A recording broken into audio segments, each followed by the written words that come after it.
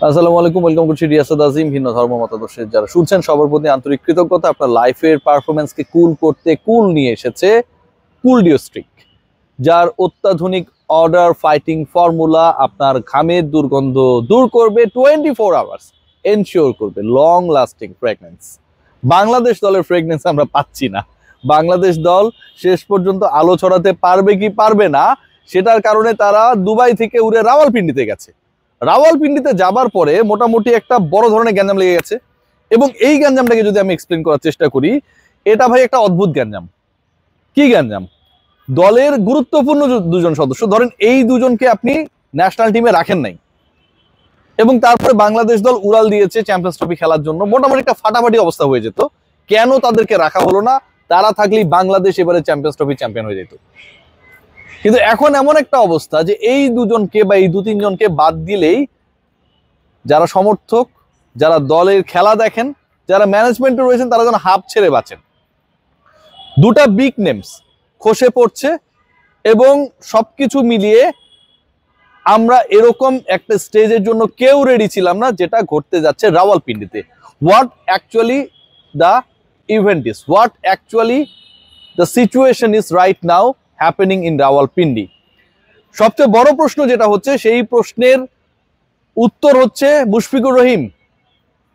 মুশফিকুর রহিম পারফরমেন্সের কারণে national team থেকে বাদ পড়েছিলেন, 11 থেকে স্পেশালি বাদ পড়েছিলেন। এই তথ্যটা যদি আমরা খোঁজার চেষ্টা করি না, মোটামুটি ঘাম বের হয়ে যাবে। এটা নিয়ে অনেক তর্ক হবে, অনেক বিতর্ক হবে যে মুশফিককে স্কোয়াডে রাখার পরও 11-এ রাখা হয় নাই, তিনি সুস্থ ছিলেন, এরকম ঘটনা কবে লাস্ট ঘটেছিল। বাট এই মুহূর্তের যে সিচুয়েশন, বাংলাদেশ দলের নিউজিল্যান্ডের বিপক্ষে সোমবারের ম্যাচে মুশফিকুর রহিমের না থাকা, না খেলার চান্স ইজ ভেরি হাই।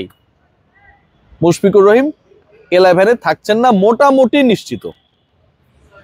আরেকজন ক্রিকেটারকে রাখা হবে না, এটাও মোটামুটি ডান।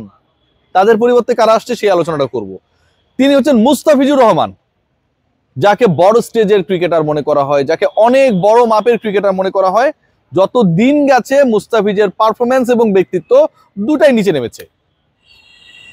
মুস্তাফিজুর রহমান তিনি সবশেষ আইপিএলে কোনো দল পান নাই। বিপিএলে যে পারফরমেন্স করেছেন তার থেকে আমাদের আবু হায়দার রনি অনেক ভালো খেলেছেন। বাট ওই যে নামটা মুস্তাফিজ, তার আগে THE দা লাগিয়ে দিয়ে ফিস বাড়ানো হয়েছে, মানে একটা ব্যাপার স্যাপারই আলাদা। তো তাকে তো দলে রাখতে হবে।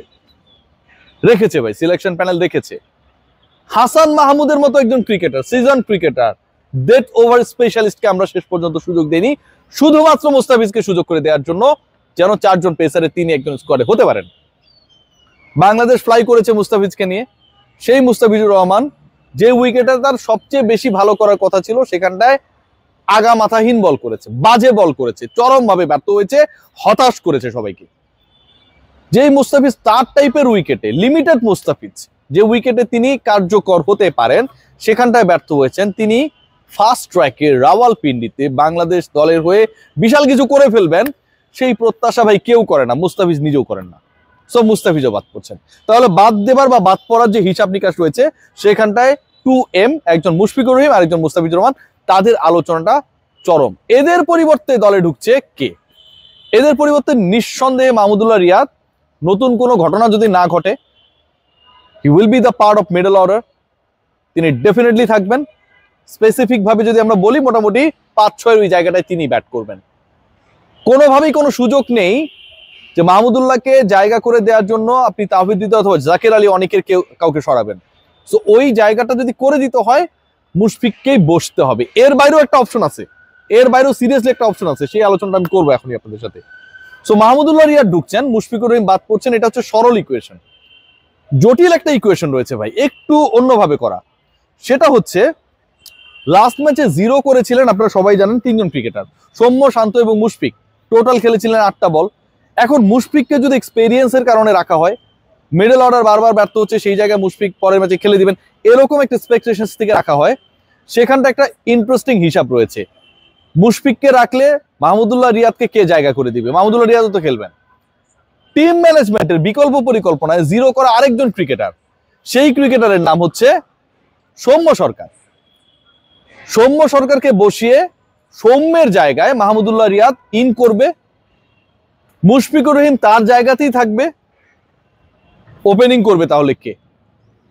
ওপেনিং করবে সেই জায়গায় মেহেদী হাসান মিরাজ। তানজিদ হাসান তামিমের সাথে মেহেদী হাসান মিরাজ এই দুজন করবে ওপেনিং। এটা একটা মানে থার্ড আই থেকে বিকল্প যে পরিকল্পনা করা হচ্ছে যে মুশফিককে কোনোভাবে টিমে রাখা যায় কিনা, 11-এ রাখা যায় কিনা। সেক্ষেত্রে মুশফিক দলে থাকবেন, মাহমুদুল্লাহ ঢুকবেন, সৌম্য সরকার ড্রপ পাবেন, Mehedi Hasan Miraz he will be the opener of the team along with Tanzid Hasan Tamim. One ডাউনে শান্ত, এরপরে মুশফিক রিয়াদের একজন, এভাবে পরের স্লটটা নির্ধারিত হবে। This is what the plan is. Mahmudullah Riyad দলে ব্যাক করবেন মোটামুটি ফাইনাল। তার জায়গা নিশ্চিতের জন্য হয় সৌম্য সরকার ড্রপ করবেন, সেক্ষেত্রে মেহেদী হাসান মিরাজ ওপেন করবেন, অথবা মুশফিকুর রহিমকে ড্রপ করা হবে। মুশফিকের ড্রপ হওয়ার চান্সটা খুবই বেশি। মুস্তাফিজকে বসানো হবে, সেই আলোচনা আমি মোটামুটি করেই ফেললাম। সেই জায়গায় কে ঢুকছেন? সেই জায়গায় নাহিদ রানাকে না নিলে এটা নিয়ে একটা বড় গ্যাঞ্জাম লাগবে।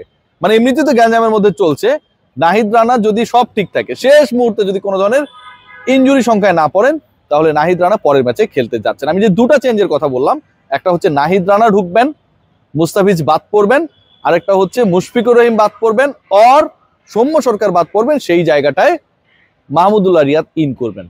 আলোচনা এখানটাই শেষ না। লাস্ট ম্যাচে বাংলাদেশ যেভাবে খেলেছে, সেখানটায় যেই তিনজন বোলার পার্টিকুলারলি ভালো বোলিং করেছে, সেই তিনজন হচ্ছে তাসকিন আহমেদ, অ্যারাউন্ড 4 ইকোনমিতে বল করেছেন, চান্সেস ক্রিয়েট করেছেন, মোমেন্টাম ক্রিয়েট করেছিলেন। জাকির ওই ক্যাচটা যদি ধরতে পারতেন KL রাহুলে, তাহলে ঘটনাটা অন্যরকম হতে পারতো, সেটা দিন পারেন নাই। মেহেদী হাসান মিরাজ দারুণ বল করেছেন, এবং আমাদের রিশাদ অসাধারণ বল করেছেন। সো এই তিনজনের সাথে বাংলাদেশ সেদিন কিন্তু একজন স্পিনারকে মিস করছিলেন। রাওয়ালপিন্ডির ফার্স্ট ট্র্যাকে বাংলাদেশ কি 3 জন স্পিনার নিয়ে নামবে? এই আলোচনাটা হওয়া উচিত না। তারপরও হবার কারণটা হচ্ছে তাসকিন ছাড়া বাকি 2 জন পেস বোলারই ছিলেন একদম এভারেজ মানের। মুস্তাফিজকে আপনি রিপ্লেস করেই দিলেন, সেই জায়গাটায় নাহিদ রানা ঢুকে গেল, সমস্যা নেই। তানজিম সাকিবকে বাংলাদেশ দল কি খেলাবে কি খেলাবে না, সেই আলোচনাটা আমার কাছে মনে হয় এখনো চলমান। যদি কোনো কারণে তানজিম সাকিবকে ড্রপ করে আর কোনো পেস অপশন নেই যে আপনি খেলিয়ে দিলেন, তাহলে নাসুম আহমেদ হি will be the part of the 11। Bangladesh দল নিয়ে নিউজিল্যান্ডের বিপক্ষে ম্যাচে অনেক ধরনের কাটাছেড়া হবে, এক্সপেরিমেন্টস হবে, এবং শেষ পর্যন্ত কি হয় সেটা দেখা। তবে নাহিদ রানা এবং মাহমুদুল্লাহ রিয়াদ যে ব্যাক করছেন 11-এ, সেটা নিয়ে কোনো ধরনের ডাউট নেই। এবং সৌম্য, মুস্তাফিজ এবং মুশফিকুর রহিম, এই 3 জনের মধ্যে 2 জন যে বাদ করবেন, সেটা নিয়েও আসলে কোনো ধরনের শঙ্কা বা সংশয় নেই।